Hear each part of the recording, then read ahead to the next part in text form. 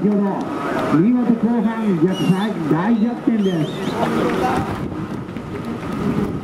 りょうくん、はいはい、りょうくん、今何時間の時間を読んでいなかった。さあ、ハイファイブ、世間ブルーは予選手です。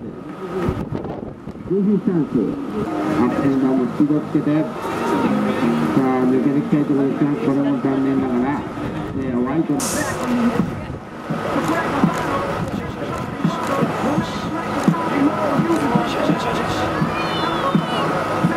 足のリン選手が大きな道路に詰めていきます。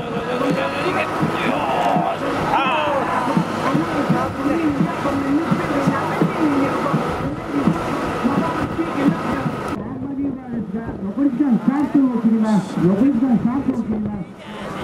さあ、東川選手、ワンマニューバーだから。あれやばいです、まだ東川選手も波を掴んでいます。やばい、板折れた。あれ、板折れたんじゃないですか。あ、折れてないか。昨日です。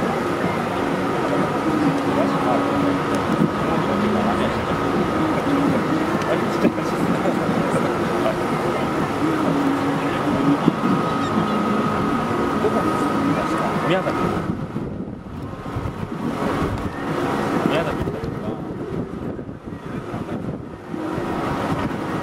さあ、それでは。さあ、4人のファイナリストは揃いました。さあ、順にご紹介していきましょう。まず、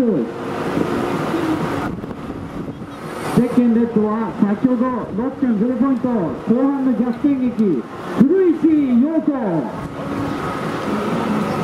さあ、ゼッケン出場、いちごが大好きな16歳、ワリシャヤ・ジュリー。